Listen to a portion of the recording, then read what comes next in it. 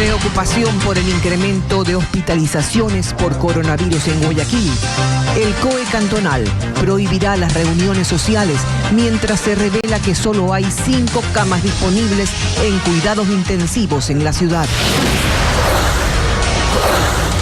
Mientras tanto, en Quito se reporta un contagio masivo de COVID-19 en un centro geriátrico. Las noticias en Televistazo con Tania Tinoco y Denise Molina.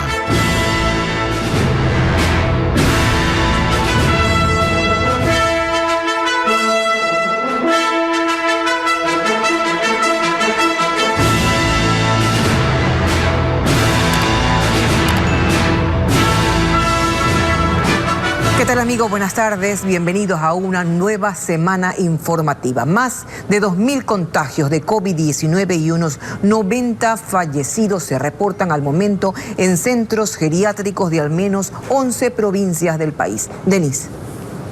¿Qué tal, Tania? Amigos, el caso más reciente se conoció durante el fin de semana en Quito. Carla Delgado nos cuenta que la Defensoría del Pueblo exhorta al gobierno a que priorice el estado de este grupo vulnerable.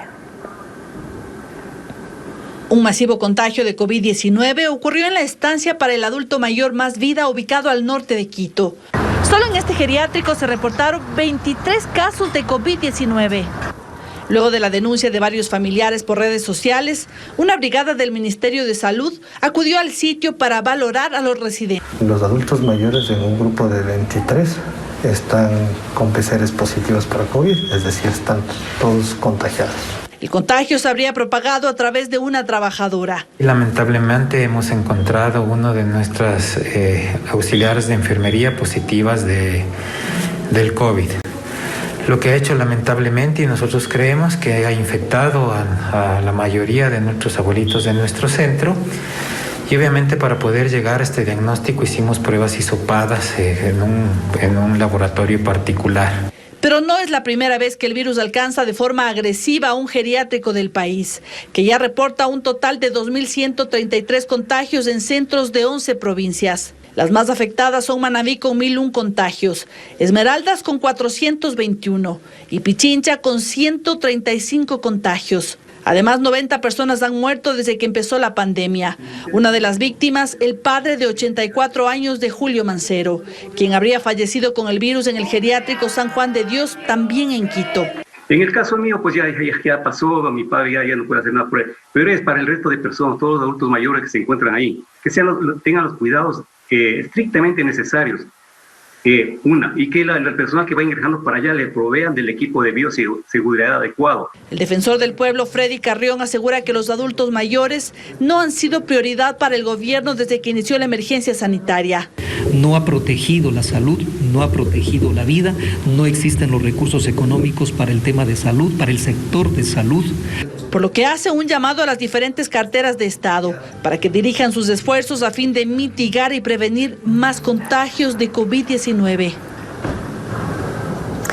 El COE cantonal de Guayaquil decidió prohibir las reuniones sociales y anuncia que se multará con $400 a quienes incumplan con esta medida. Se trata de una decisión frente al incremento de casos de coronavirus en la ciudad. Carolina Mela nos informa que solo hay 5 camas libres en las unidades de cuidados intensivos.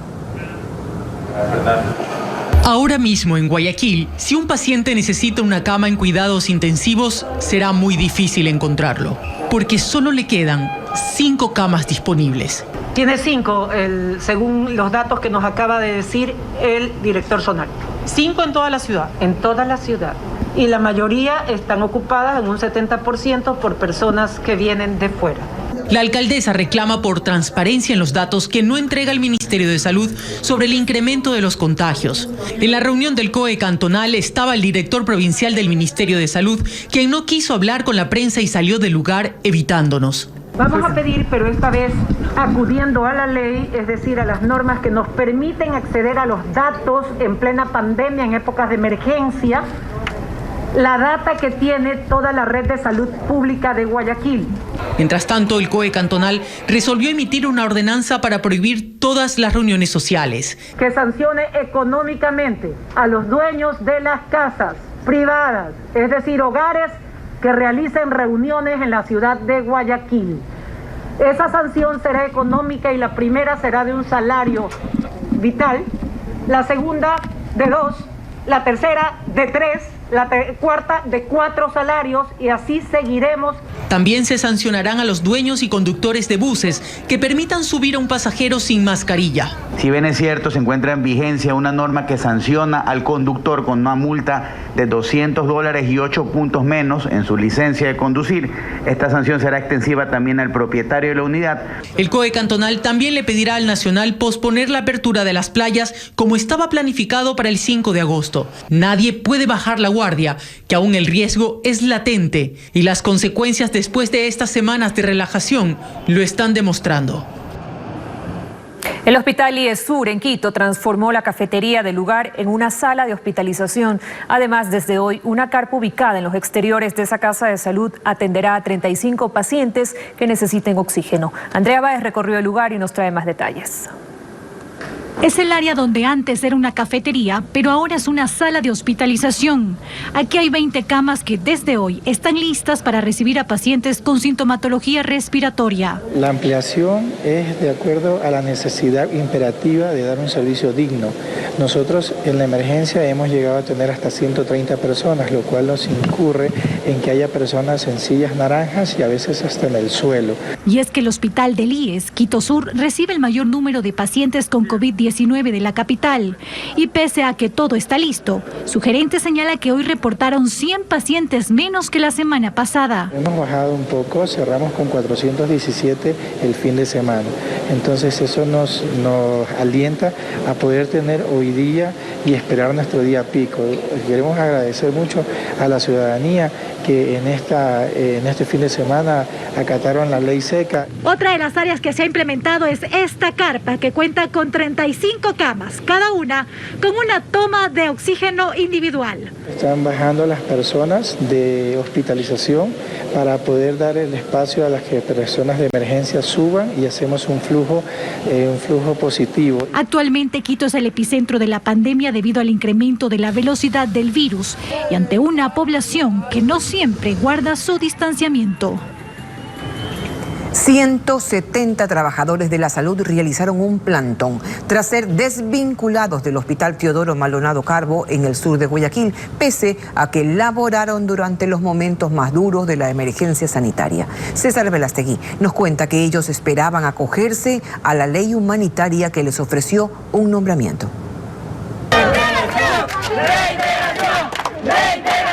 Son decenas de médicos y personal operativo del Hospital del IES Teodoro Maldonado Carbo en el sur de Guayaquil, quienes este lunes no pudieron ingresar a sus labores ya que su contrato ocasional finalizó el 31 de julio.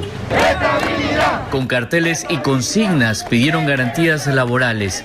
Explicaron que las 170 personas desvinculadas trabajaron durante los meses más críticos de la pandemia en Guayaquil, exponiendo no solo su salud, sino la de sus familias. Estuvimos en la pandemia trabajando cuando nadie se quería acercar a trabajar y ahora nos están votando, nos desvinculan el sábado cuando en recursos humanos no trabajó nadie. Aseguran estar conscientes que ingresaron al hospital con contrato ocasional. Sin embargo, las autoridades en la ley humanitaria garantizan su estabilidad laboral, dándoles un nombramiento definitivo en compensación por la ayuda brindada.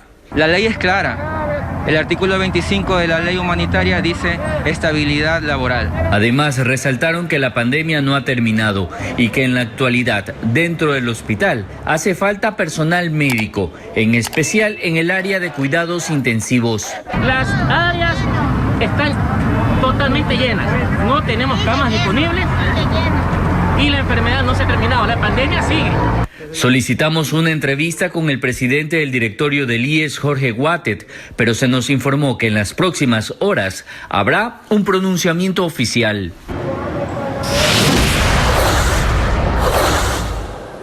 Ecuador logró la mayoría necesaria de los tenedores de bonos para renegociar la deuda. El Ministerio de Finanzas anunció que a mediados de agosto se espera haber finalizado con el proceso de reestructuración de la deuda, con la que se aliviaría en $10.000 millones a la caja fiscal. Juan Carlos Aisprúa con la noticia.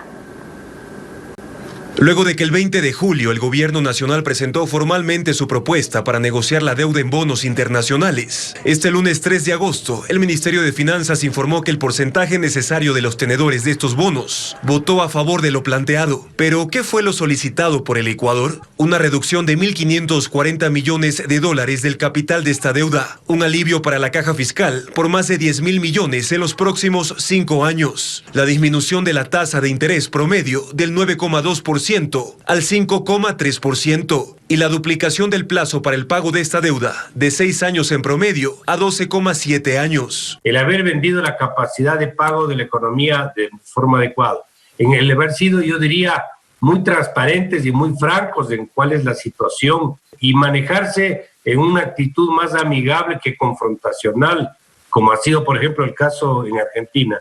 Creo que ha ayudado a que lleguemos a feliz término. Las autoridades del Frente Económico esperan que entre el 12 y 20 de agosto finalice el proceso y las arcas fiscales del Estado ya sientan oxígeno para el pago de compromisos financieros internacionales. Se vayan inscribiendo los distintos partícipes y de esta manera vayan cambiando la estructura de pago anterior con la nueva estructura de pago. El viceministro de Finanzas, Fabián Carrillo, se pronunció al respecto en Twitter señalando: Ecuador lo logró. Una administración ordenada, transparente y disciplinada de las finanzas públicas tiene sus recompensas. La mayoría de tenedores de bonos aceptó nuestra propuesta de reestructuración. Según el Ministerio de Finanzas, pese a que se alcanzó el porcentaje requerido de votos, de todas formas se extendió el plazo hasta este viernes 7 de agosto para los tenedores de los bonos de Ecuador que aún no han votado.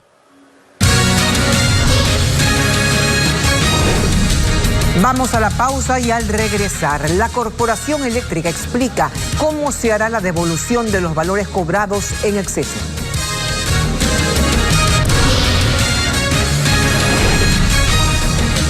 También la Fiscalía pide prisión para 17 investigados en torno a la corrupción hospitalaria. Enseguida volvemos. Seguimos con más información. La Corporación Nacional de Electricidad, CNEL, anunció oficialmente que las medidas de compensación a los clientes comenzarán a hacerse efectivas a partir de septiembre. La refacturación será automática y, por ende, no hará falta acudir a la empresa o presentar reclamo alguno. Si en algo hizo hincapié el gerente de CNEL, fue en esto. El cliente sienta la seguridad y certeza de que estamos trabajando por ellos. Y que por eso, porque trabajan por los usuarios y se preocupan por ellos, van a asumir una deuda millonaria. Estos diferenciales, en el caso de CNEL, representan aproximadamente 2.8 millones de dólares mensuales, que es más fácil para la empresa, para la Corporación Nacional de Electricidad, buscar la forma y la manera de asumir estos valores, que pedirles a los ciudadanos que se busquen 2.8 millones de dólares mensuales para que me paguen. Él habla de diferenciales porque no acepta que haya existido error en los cobros. Se mantienen que durante esta emergencia son los usuarios los que han consumido de más. Este Quédate en Casa lo que ha hecho es que los consumos de energía eléctrica de cada uno de los usuarios sean consumos que se han incrementado justamente porque pasamos más horas en nuestros domicilios. En todo caso, lo que ocurrirá será que habrá una refacturación de las planillas de entre marzo y agosto. Si usted, por ejemplo, en abril del 2020 consumió hasta 500 kilovatios, se le va a cobrar lo mismo que en abril del año anterior. Si consumió más de 500 kilovatios, tendrá una tarifa plana de 10.5 centavos por kilovatio. Y si ya pagó una planilla con exceso, tendrá una nota de crédito que le servirá al usuario para irla cambiando con los siguientes consumos de los meses que vengan posteriores a la pandemia o en los mismos meses de la pandemia. El gerente de CNEL ratifica que este plan se aplica automáticamente, que no hace falta que la gente presente un reclamo o que vaya personalmente hasta la empresa. Que ahora, en agosto, están actualizando los sistemas internos para poder hacer la refacturación de las planillas y que por ende el plan comenzará a aplicarse en septiembre en todo el país. La Fiscalía pide prisión preventiva en contra de 17 personas por el delito de delincuencia organizada en la adquisición de insumos médicos para el Hospital Abel Gilbert Pontón en Guayaquil. Entre los nuevos investigados están algunos proveedores de medicamentos y exfuncionarios de esta casa de salud. Merlin Ochoa nos informa que la audiencia de vinculación continúa. Número 3. La audiencia de vinculación arrancó a las 9:30 de la mañana en la Unidad Penal Norte de Guayaquil. La fiscal Claudia Romero pidió al juez Ramón Saltos incluir al proceso a 17 personas entre proveedores de medicamentos y exfuncionarios del hospital, Abel Gilbert Pontón como el exgerente de esta casa de salud. El proceso se inició el pasado 18 de junio, cuando la policía ingresó al hospital para ejecutar un allanamiento. Según el expediente de la Fiscalía, los agentes analizaron 140 contratos entre enero y junio del 2020. ¿Cómo funcionaba la supuesta red? De acuerdo al documento, unas 3 empresas se aliaban ilegalmente para participar en el mismo contrato. Con la venia del gerente, ganaba la empresa A, y esta le hacía transferencia económica a las compañías perdedoras B y C. Luego, en un nuevo contrato, usaban la misma modalidad, pero hacían ganar a la empresa B y esta a su vez distribuía parte del dinero a las compañías A y C, y así sucesivamente. La Fiscalía recalca que durante la investigación encontraron varias inconsistencias, como por ejemplo la adjudicación de un contrato sin un estudio adecuado de mercado o con presunto sobreprecio. Ni los abogados ni la autoridad se han pronunciado. Hasta el cierre de este reportaje, la audiencia de vinculación continuaba. La Fiscalía pidió prisión preventiva en contra de las 17 personas que están siendo incluidas por el delito de delincuencia organizada, cuya pena es de hasta 10 años de prisión. Esta es la presunta red más grande que investigan las autoridades, pues son 34 implicados por supuestos actos de corrupción. De los 5. Jueces analizan demandas de inconstitucionalidad presentadas al reglamento aprobado por el Ministerio de Defensa para el uso progresivo de la fuerza con armas letales en casos de extrema violencia social. Paul Romero sigue esta audiencia. La audiencia fue virtual y se realizó 2 meses después de presentadas las 5 demandas de inconstitucionalidad al reglamento sobre el uso progresivo, racional y diferenciado de la fuerza. El acuerdo del Ministerio de Defensa pretende regular la participación militar a través de 5 niveles en manifestaciones o protestas. En el nivel más alto, denominado resistencia agresiva agravada, los militares pueden usar armas letales durante un estado de excepción. En la audiencia, los demandantes presentaron sus alegatos y señalaron que el acuerdo ministerial violaría varios derechos humanos. Criminaliza la protesta social, constituye un atentado a la democracia y al Estado de Derecho ecuatoriano, convirtiendo a los militares en árbitros de los conflictos políticos, económicos y sociales del Ecuador. Esto queda en evidencia que el Estado lo único que busca es delegar tareas de este tipo, de orden y seguridad, a las Fuerzas Armadas y hacer un uso indiscriminado del estado de excepción para abordar escenarios de protesta social. Por su parte, el Ministerio de Defensa defendió ante los jueces el reglamento y desestimó las demandas presentadas especialmente por las organizaciones de derechos humanos. En ninguno de sus articulados ha establecido que se impida la protesta. Mucho menos ha dispuesto que los militares van a salir a matar. Según esta cartera de Estado, el reglamento define el campo de acción militar en casos de extrema violencia. Lo único que hace es decirle a los miembros de las Fuerzas Armadas cuándo y cómo se debe aplicar uso progresivo, racional y diferenciado de la fuerza. Los accionantes también cuestionaron que en el reglamento se faculta a los militares a que tengan patrocinio legal del Estado si son procesados por el uso progresivo de la fuerza. La resolución de la Corte se conocerá en los próximos días.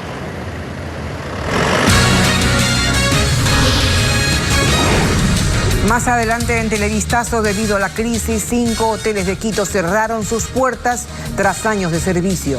Empleados y proveedores esperan respuestas de los pagos pendientes.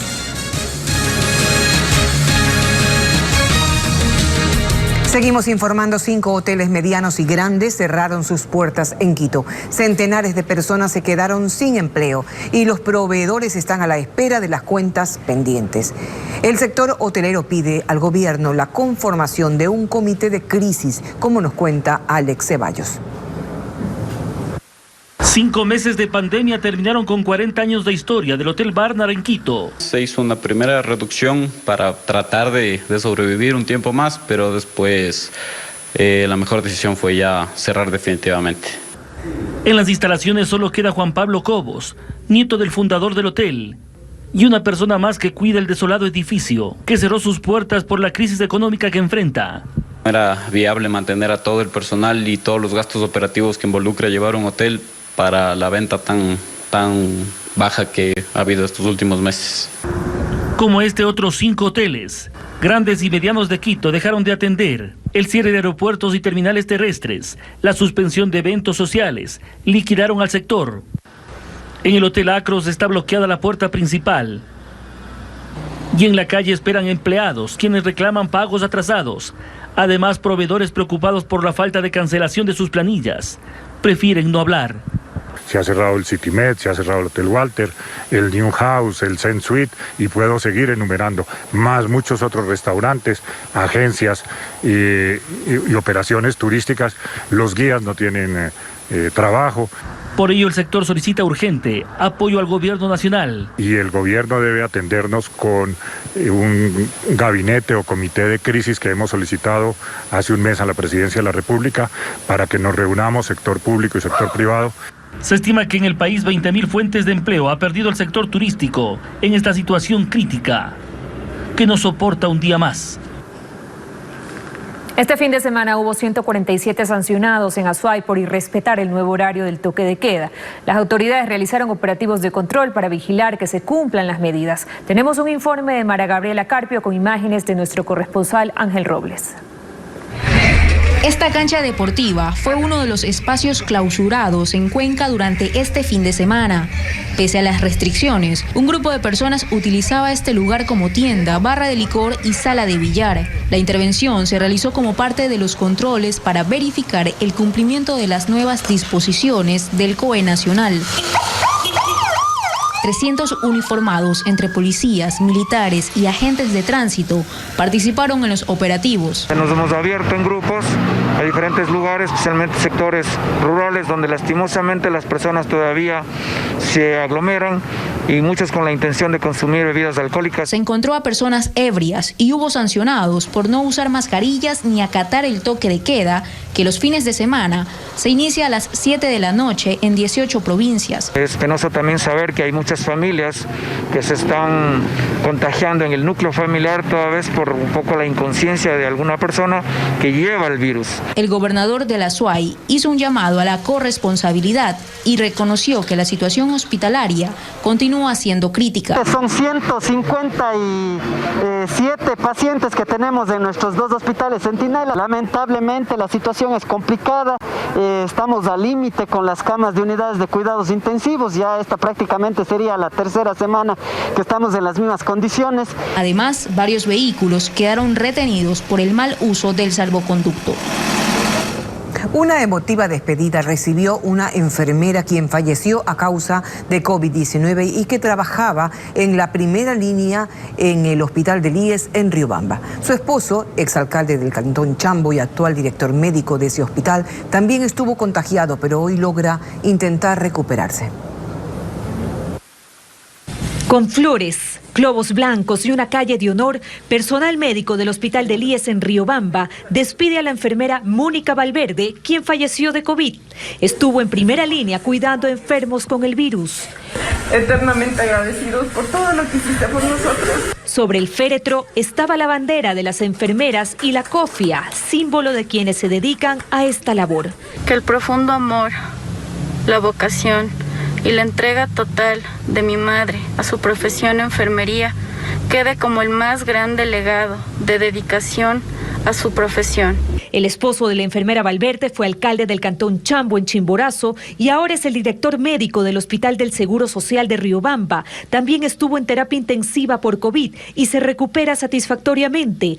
La Moni, como le decían sus compañeros, deja a 2 hijos en la orfandad. David González, presidente de la Unión Nacional de Enfermeras y Enfermeros del Ecuador, habla de las pérdidas de su personal. Pues al momento no tenemos nosotros como Red Unión Nacional de Enfermeras y Enfermeros del Ecuador un dato exacto. Lo que sí tenemos conocimiento es que llevamos alrededor de unas 17 a 20 personas, licenciados y licenciadas en enfermería que han fallecido y alrededor de unos 400, 500 colegas que están contagiados en todo el país. El virus sigue cobrando las vidas del personal de la salud en esta pandemia. Incluso familiares han solicitado la indemnización al Estado por la pérdida de sus seres queridos que mueren cumpliendo con su labor en los hospitales públicos del país. Habitantes de Sociovivienda 1 en el noroeste de Guayaquil denuncian que menores de edad están involucrados en los asaltos que ocurren en su sector. Han logrado incluso capturar fotografías de estos delitos. Estefanía Arias habló con la policía sobre este tema. 3 jóvenes armados ingresan a un cyber de Sociovivienda 1 en el noroeste de Guayaquil. Amedrentan al empleado y a uno de los clientes. Abren la caja y se llevan dinero en efectivo, además de otros objetos. El hecho ocurrió el pasado 22 de julio, pero no es algo que sorprende a los moradores, quienes protestan levantando sus brazos. Ya no aguantan más y ahora porque hasta los más pequeños los asaltan. 3 venían de allá y uno se me va por allá y me coge allá, me salta. Los otros pasan aquí, a lo que yo regreso me dice, ay, le robaron. Y sabiendo que me iban a robar y me dicen eso. ¿Estaban armados? Sí, me sacó un cuchillo. La semana anterior, por ejemplo, Diario El Universo publicó la imagen de este niño con una pistola de juguete en sus manos. Un caso similar se registró en marzo pasado, cuando un grupo de jóvenes detuvo a un vehículo y asaltó a su conductor. Ahora estas fotos muestran una situación similar. Y son por estos sitios en los que se ve a este grupo de jóvenes merodeando por Sociovivienda 1. Y, según los vecinos de este sector, en su mayoría están armados. Son de 14 años para arriba, 16. Por eso hago un llamado a la DINAPEN, porque son menores de edad. Una intervención que no descarta el comandante de policía de la zona 8, Víctor Arauz. Y es que según la policía judicial, en lo que va del año, 37 menores de edad han sido aislados por cometer distintos delitos en Guayaquil. Se complica porque usted sabe que hay una ley que protege a los menores. Los menores de 11 años no pueden ser imputables a ningún tipo de delitos y hasta los 18 años la ley les ampara asumiendo de que son víctimas y que son inducidos al cometimiento del delito. La mayoría de ellos es así.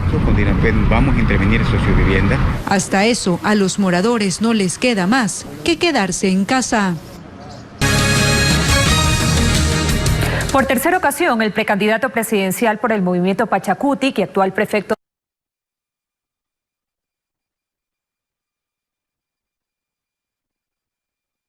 y contaminación de zonas hídricas en su provincia. En enero y febrero de este año, la Corte negó los pedidos de Pérez por no cumplir con los parámetros de la Constitución. Ahora la Corte tiene un plazo de 30 días para pronunciarse.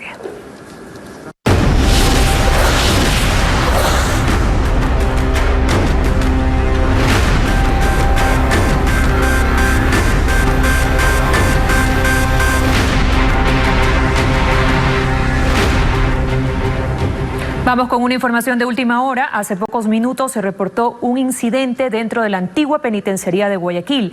Se trata de una balacera que se ha registrado entre los pabellones. Según la información preliminar, hay 2 policías heridos. Esta es una información en desarrollo. Se desconoce si se trata de una fuga de reos o cuál fue la causa de los disparos. Tendremos más información esta noche en Televistazo Estelar.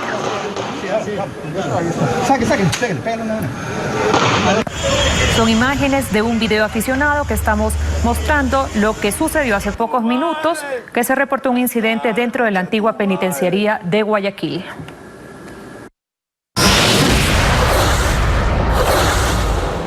Nuestro invitado de hoy es Otto Sonnenholzner, rompiendo un silencio de 27 días desde su renuncia a la vicepresidencia de la República el 7 de julio.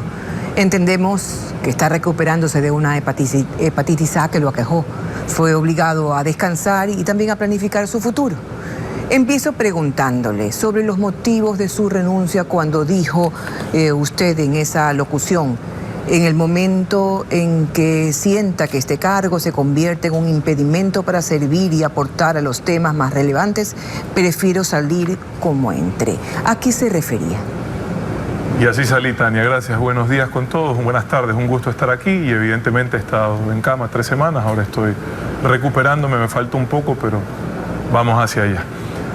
Yo siempre he dicho, Tania, que uno entra al sector público para servir. Hoy el mayor servicio que uno puede darle al país no está en mi caso, en la vicepresidencia de la República desde mi punto de vista. Yo, en este tiempo, junto a muchos ecuatorianos, hemos logrado construir un espacio que hoy debe de ser utilizado para el bien del país. Y el bien del país se va a definir en las próximas elecciones. Yo dije que salía a construir un camino que nos lleve hacia un país de desarrollo, de prosperidad, de equidad, y eso estoy haciendo, tratando de encontrar esa unidad en beneficio del país, no necesariamente a favor mío, insisto, en beneficio del país. He estado trabajando estas 3 semanas en eso. Vamos a hablar un poquito más adelante de ese espacio, sin duda político, pero estos obstáculos que usted mencionó tenían que ver, por ejemplo, con haber sido reemplazado como titular del COE Nacional, con la salida forzada de colaboradores suyos, con la ministra María Paula Romo.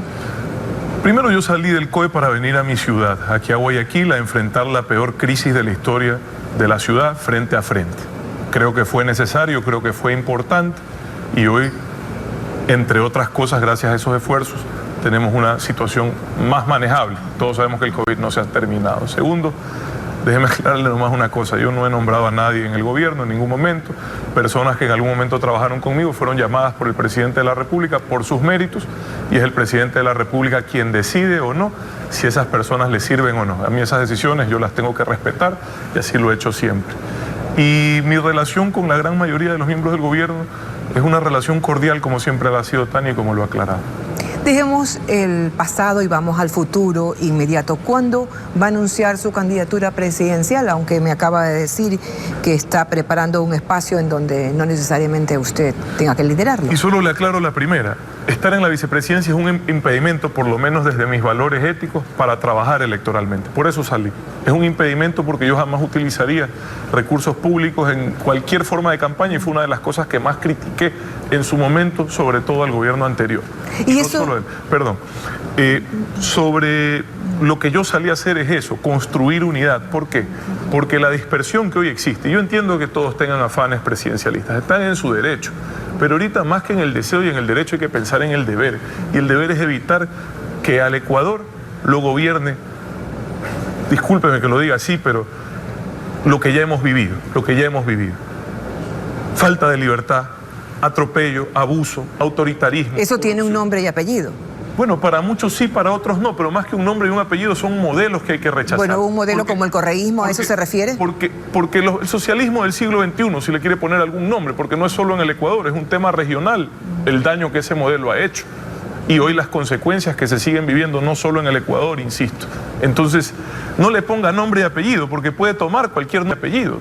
Los nombres y las personas son transitorias. Entonces, enfrentar el socialismo del siglo XXI todavía latente, o todavía una amenaza, si se quiere decir, dentro del Ecuador y América Latina, ¿es su opción? Y cualquier forma de radicalismo, porque lo radical es enemigo de lo racional. Este país necesita razón, este país necesita certidumbre, estabilidad, y lo radical no da esos elementos. Usted dice el país necesita certidumbre, y quizás lo que necesitamos escuchar de usted, si ya se decidió ser candidato a la presidencia de la República. Sería contradictorio con lo que estoy promulgando, porque no es una unidad necesariamente para mí. Eso sería creer que uno es la respuesta a todo, y no es así.